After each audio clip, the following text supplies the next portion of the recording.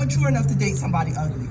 That's just, I found out that about myself. If I was dating somebody ugly, I would be so mad, right? I would be so mad. Because every time they would say something to me, I'm like, get over here with your ugly ass. You know what I mean? Come over here and get me some with your ugly self. You know what I'm saying? Don't be trying to look cute over there. You know you ugly. You know, like, I would know that, I am very immature. I can't date somebody ugly. I just can't. I can't do it. So the other thing that I was thinking about some other immature things that I do, when my kids go to bed, I eat the good snacks, because I don't want them to see me eat my food. So, I've been switching stuff. So instead of eating Oreos, I've been eating ginger snaps. Ain't nobody asking for those ginger snaps, Nobody doing that. Instead of my Minute Maid juice, I switched it up with some prune juice. They not asking for prune juice. We all gonna be regular, And instead of Fruit Loops and Apple Jacks, which are my favorite, I switched to Wheat Checks. They're not asking for that. They are not asking for that. I am so immature. I'm just so immature. I'm so immature. So I give names to the guys that I don't like, even though I date them, I don't like them. So they all get nicknames, you know what I'm saying? So I got one called Bubble Guppy. You wanna know why he called Bubble Guppy? So one time we was adult coloring, you know what I'm saying? Because I was coloring all outside the lines, And he was on top doing this nice stroke. Then he pulled out, laid to the side, like a fish out of water.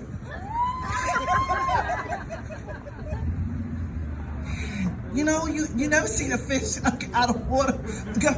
I was like, no, this is not gonna work. Then I had another one, I call him the cheerleader, right? Because he'd be like, go girl, yeah, yo, woo girl, go, do it girl, yeah, right there. And I was like, yo, I don't like this. I had to think about it inside my head that I don't like that stuff. So I don't like the coach. I didn't like the coach. He didn't stay a while. You can't stay with the coach or the cheerleader. I called him either one of those was his nickname. And then I had this other one. I called him Mr. Spliff. Because the only way I stayed with him is because he knew how to roll a blunt. And I don't know how to roll still to this day, but I just think our relationship couldn't last because I couldn't just want to see him walk. Can you roll this for me? Like, that doesn't work. Doesn't work. That's not relationship goals, y'all. That's not. So, those are my things I was thinking about that's been happening to me. So I have two daughters, right? I have a daughter that's autistic, and I have another daughter who's typical. If I put them in the same room, you wouldn't know which one was which. They scream for everything. I'm just saying. Little girls scream for everything. So we're going in the store, and my daughter's going in the store with me, and these women are going inside, and they have masks on. They're Muslim. You can see their hijabs. So all you can see is their eyes, right? They have their hijabs on. All you can see is their eyes. My daughter leans up and she goes, ninjas. I look at the women because I know they heard her, So I was like, no. And I explained, I look at them and I said, my daughter, she has autism. They go on. I talked to my daughter and I said, Grandma wears her church hat. And you wear your church dress, that's their church outfit. And my daughter said, nah, ninjas. This is why little kids are put on this earth to drive their parents crazy. You know what I mean? You ever had your child just throwing up, they passing out there. Oh my goodness, they got a fever. And then as soon as you take them to the doctor, they start doing cartwheels in that motherfucker. Oh my goodness. They will make you think you are crazy for no reason. So I think my daughters do this thing. It's like double dutch. They take turns. One does the other, and then the other does the other. And they try to, let's see who's going to drive mommy crazy. All right. So I have one that just turned 13 years old. But I remember when she was 4. She was coming up to me, and I'm sitting on the sofa, and she comes, sits on my lap, and hugs me, and she touches my ear ever so slightly. And I said, did you put something in my ear? And she was like, yeah, a seed. And she skipped away. And I was like, she put a seed in my ear. So my imagination goes crazy now, right? You know, I get to the bathroom.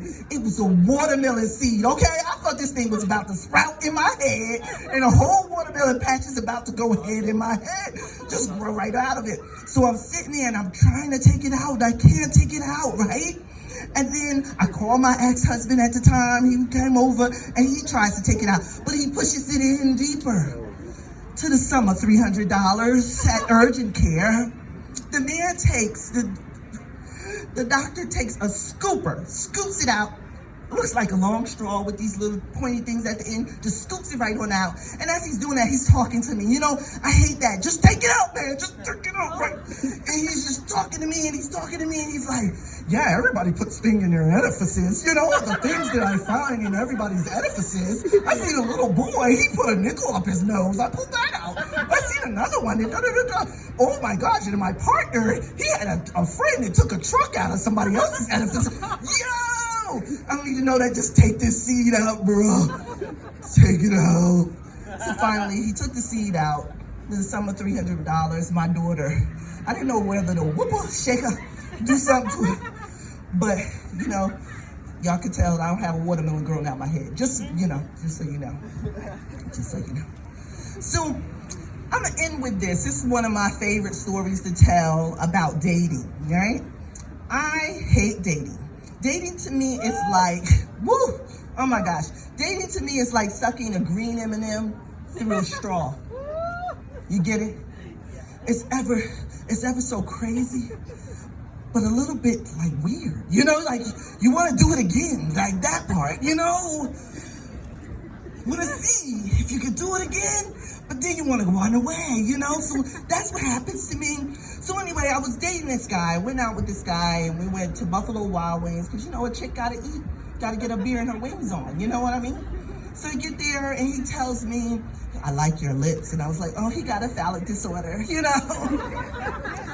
Then he's telling me his whole life story. Whole life story. It's our first date, dude. I don't need to know all of this. They can say that to the 20th date. You know what I mean? So then he says, I have ED. I was like, I'm educated too. It took me a while. So then I said, erectile dysfunction? And he's like, yeah. And I was like, what? And he slides over his cell phone. I can't make this up, sir. It happened to me. It happened to me. He slides his cell phone over. And there on his phone is a picture of a PVC pipe with batteries at the bottom. I thought I was in Home Depot. You know, like, he told me it takes him 30 seconds to a minute to get it together. See, young blood, I know you don't need that. You can meet me later. But I know you don't need that 30 seconds to a minute to get it together back there. That whole table, they don't need that. But I'm just saying. He said 30 seconds to a minute to get it together, okay? And I was like, dude, why are you telling me that? I'm not gonna be there for that. You know? I try not to choke on my beer and my wings. We hug it out, we get to the parking lot. I block and delete him, you know, rightfully so. But I was feeling a little like, dang, I shouldn't do that. Miss Al-Nisa, Miss Chit Chat. Maybe you could have hooked him up with somebody with equal dysfunction. I could have found him Sally that needed the Wet 2000. She needed Super KY Jelly. You know what I'm saying? I knew she was out there. I could have found her. But I was like, nah, that's for sex. So, moral of the story. Y'all didn't need 30 seconds to a minute to get that joke, and I thank y'all very much. My name is Miss Chit Chat.